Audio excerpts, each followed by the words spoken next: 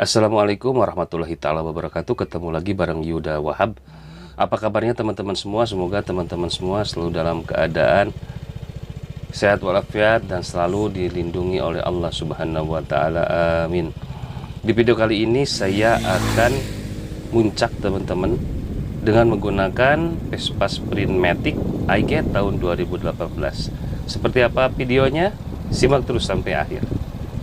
Oke teman-teman, biasanya orang buat muncak itu dia harus packing, dia harus bawa perbekalan, dia harus bawa ransel gede, dan tepatnya dia harus hiking, jalan kaki.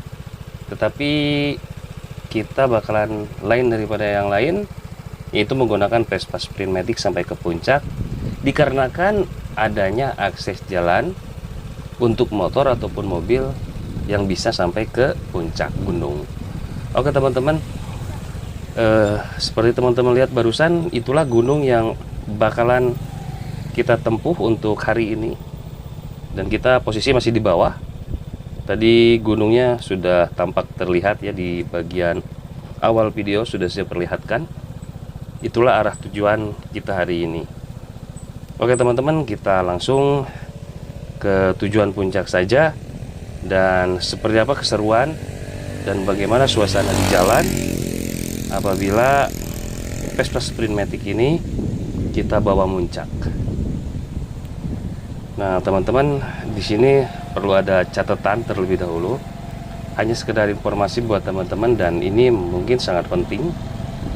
Untuk Vespa Sprint Matic ini sebetulnya dia di jalan raya dengan jalan yang mulus, dengan aspal yang halus, yang rata, tidak ada jalan rusak. Intinya si performa ataupun handling dari Vespa Sprint Matic itu sangatlah enak. Dari segi bantingan pun dia nurut, tidak ngelawan, sangat enak banget, nurut banget. Tetapi di sini saya tegaskan kembali sebagai catatan, apabila teman-teman muncak ataupun gunung, biasanya kan di jalan tuh ada akses jalan untuk naik kita tuh ada, cuma biasanya rusak, dan karena pemerintah setempat belum masuk ke sana ya untuk membangun infrastrukturnya. Nah di sini sebagai catatan yang sangat penting, sekali lagi teman-teman jangan sampai mau melewati jalan seperti itu, karena resikonya sangatlah fatal. Karena di bagian Vespa Sprint Matic khususnya, di bagian komstir dia sangatlah sensitif teman-teman, sangat peka. Apabila dia memasuki jalan yang rusak ataupun dia secara tidak sengaja melewati lubang dengan sangat keras, maka otomatis komstir akan kena. Mungkin tidak hari itu rusak, tapi pasti ada namanya perubahan yang pasti signifikan terasa di handling kita setelah setelah kejadian tadi yang menabrak jalan, melewati lubang jalan yang secara keras itu, maka si komstir bakalan tidak enak ya. Jadi si handling tuh terasa keras, ngelawan, dia nggak enak, pokoknya nggak halus. Nah jadi sebagai catatan penting, apabila teman-teman ingin main ke gunung, ke puncak, muncak intinya, perhatikan dulu dari segi jalan yang akan kita lalui, treknya apakah mulus ataukah jelek. Kalau mulus berangkat bos, pasti asik tuh di atas puncak, udaranya seger, pemandangannya dapat. Tapi kalau jalannya jelek, udah deh, nyari rekreasi yang lain. Itu sarannya. Nah itu sangat penting teman-teman, karena lumayan. Kalau untuk servis komstir itu sendiri, gua kemarin ngalamin habis 7,5 tuh, lumayan. Di daerah resminya gue benerin habis 750.000. Kalau nggak salah itu sekalian sama servis sih. Kalau biaya khusus untuk komstirnya gua kurang paham, kurang tahu, tapi kemarin habis 7,5 sekalian sama servis rutin CVT sama ganti oli, habis 7,5 ganti komstir juga. Jadi ya lumayan mahal sih jajan komstir. Jadi lebih baik kita hati-hati saja dalam berkendara, bisa memilih trek dan jalan ya teman-teman, biar kendaraan kita tetap aman, nyaman digunakan, dan tidak perlu jajan, banyak jajan. Itu teman-teman pengalaman yang pernah saya alami untuk Vespa Matic, khususnya Sprint di bagian komstir sangatlah sensitif. Entah untuk Primavera, untuk S, LX ataupun GTS apakah sama? Apabila sama, mungkin teman-teman bisa kasih komen di komentar dan ngasih informasi ke teman-teman yang lain. Mungkin teman-teman perlu informasi seputar komstir. Teman-teman semuanya bisa bagi di bagian komentar. Nah teman-teman, hari ini hari Minggu, dan kebenaran Minggu pagi ini gue pengen keluar, pengen muncak, dan tanpa direncanakan. Ini sebetulnya acara spontan. Jadi untuk daerah ini sebenarnya udah pernah gue lalui 7 tahun ke belakang ya, 5-7 tahun ke belakang, dan sekarang gue baru muncak lagi ke sini. Dan tadi di bagian belakang video terdapat banyak perubahan yang cukup signifikan selama 5-7 tahun ke belakang gua belum lagi ke sini, dan perubahannya sangat signifikan. Sudah banyak rumah dibangun, sudah banyak villa. Karena ini daerahnya tinggi ya, pasti banyak villa. Yang jelas bukan orang Bandung, bro. Mereka pasti orang luar yang pingin nyari udara seger, karena di daerah mereka udara seger itu cukup mahal dan mungkin nggak ada.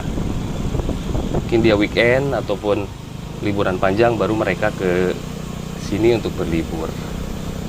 Ya lumayan lah buat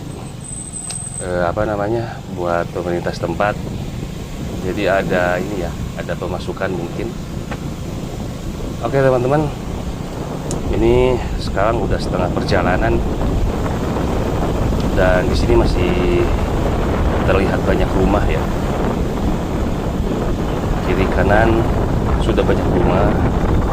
Nah, sebelah kiri itu rumah, dan ini cukup landai juga ke bagian bawah ya. Nah teman-teman, di sini pun di bagian atas ada pusat rekreasi yang banyak dikunjungi oleh keluarga ataupun anak-anak muda sekedar untuk nongkrong, hangout dan makan. Karena mungkin dari tempatnya yang enak, juga dari suasana serta udaranya yang masih sangat segar teman-teman. Lumayan buat paru-paru, ngebersihin paru-paru kita yang biasa kita isi dengan menghirup udara yang tercemar polusi, dan sekarang kita mencium udara oksigen yang murni karena datarannya sangat tinggi, jauh dari polusi udara yang berada di dataran yang lebih rendah ya, tepatnya di perkotaan teman-teman. Dan bisa teman-teman lihat bagaimana suasana perkotaan sekarang, padat bro, riuh bro, polusi udara, polusi suara, gila nggak?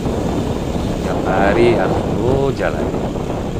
Nah nggak ada salahnya kan kalau misalkan di acara weekendnya teman-teman nyiapin waktunya buat berangkat muncak, nyari udara segar, nyari oksigen yang murni, buat mengisi paru-parunya dengan udara yang segar dan sehat.